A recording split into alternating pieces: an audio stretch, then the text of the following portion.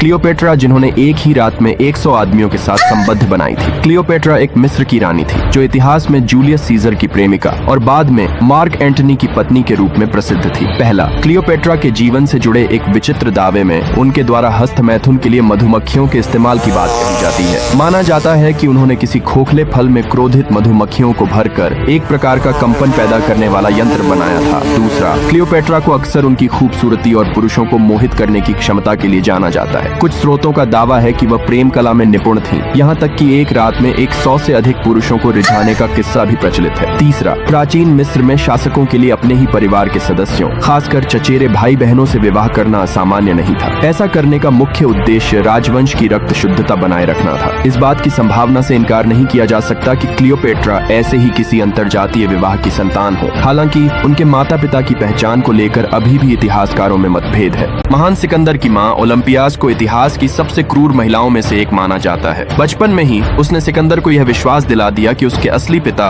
यूनानी देवता ज्यूस थे और यह उसकी भाग्य थी कि वह एक विजेता बने। कहा जाता है कि वह अपने शयन कक्ष में सांपों के साथ सोती थी और जादू टोना करती थी। वह गुप्त अनुष्ठान करती थी ताकि सिकंदर को युद्धों में सुरक्षा और सफलता मिले। कुछ रिपोर्ट्स के अनुसार वह अपने पति मैसेडोन के राजा फिलिप की हत्या में भी शामिल थी। उसे लगा कि राजा फिलिप सिकंदर को नजरअंदाज कर रहे हैं और उसके सौतेले भाई को उत्तराधिकारी बनाने वाले हैं। बाद में जब सिकंदर राजा बना तो उसने राजा फिलिप की दूसरी पत्नी, जिसने उसकी पसंदीदा पत्नी के रूप में ओलंपियास की जगह ली थी, को मजबूर किया कि वह अपनी नवजात बेटी को जलते हुए देखे। इसके बाद उसने उस रानी को 3 उपहार दिए, एक रस्सी, एक कटार और जहर, ताकि वह अपनी मृत्यु का रास्ता खुद चुन ले। सिकंदर भी अपनी माँ के कार्यों से स्तब्ध थे, लेकिन उन्होंने उन्हें दंडित नहीं किया। आखिरकार ओलंपियास को उसके कई पीड़ितों के परिवारों द्वारा उसे पत्थरों से मार दिया गया। इतिहास की ऐसी राजकुमारी जिससे शादी करने के लिए राजकुमारी से युद्ध करना पड़ता था, मंगोलिया की एक क्लून नाम की एक राजकुमारी जो सिर्फ अपनी खूबसूरती के लिए नहीं बल्कि लड़ाई झगड़े के मामले में भी नंबर 1 मानी जाती थी। क्लून को किसी भी चुनौती से घबराहट नहीं होती थी।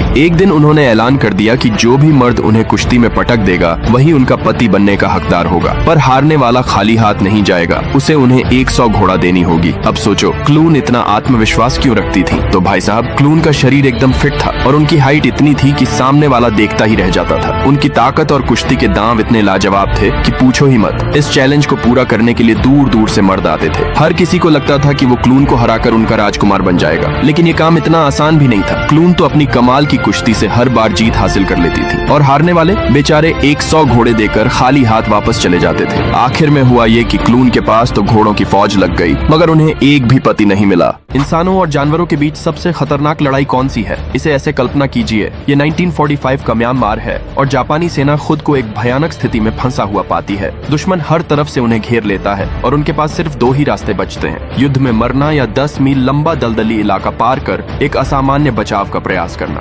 दुर्भाग्यवश यह दलदल पृथ्वी के सबसे बड़े खारे पानी के मगरमच्छों का घर था और जो हुआ वह इतिहास में मनुष्य और वन्य जीवों के बीच सबसे घातक टकरावों में से एक बन गया। 1000 जापानी सैनिकों ने मगरमच्छों की सेना का सामना किया और घंटों तक वहां केवल बिखरी हुई राइफल की गोलियों और विशाल मगरमच्छों के जबड़े में फंसे घायल सैनिकों की चीखें ही सुनाई देती थीं। घूमते हुए मगरमच्छों ने दलदल को लाल रंग से रंग दिया। कुछ भाग्यशाली सैनिक पेड़ों पर चढ़कर बच पाए। लगभग 1000 सैनिकों में से जिन्होंने दलदल में प्रवेश किया, केवल 20 ही जीवित पाए गए। मजेदार बात यह है कि उन्हें बचाने वाले वही दुश्मन थे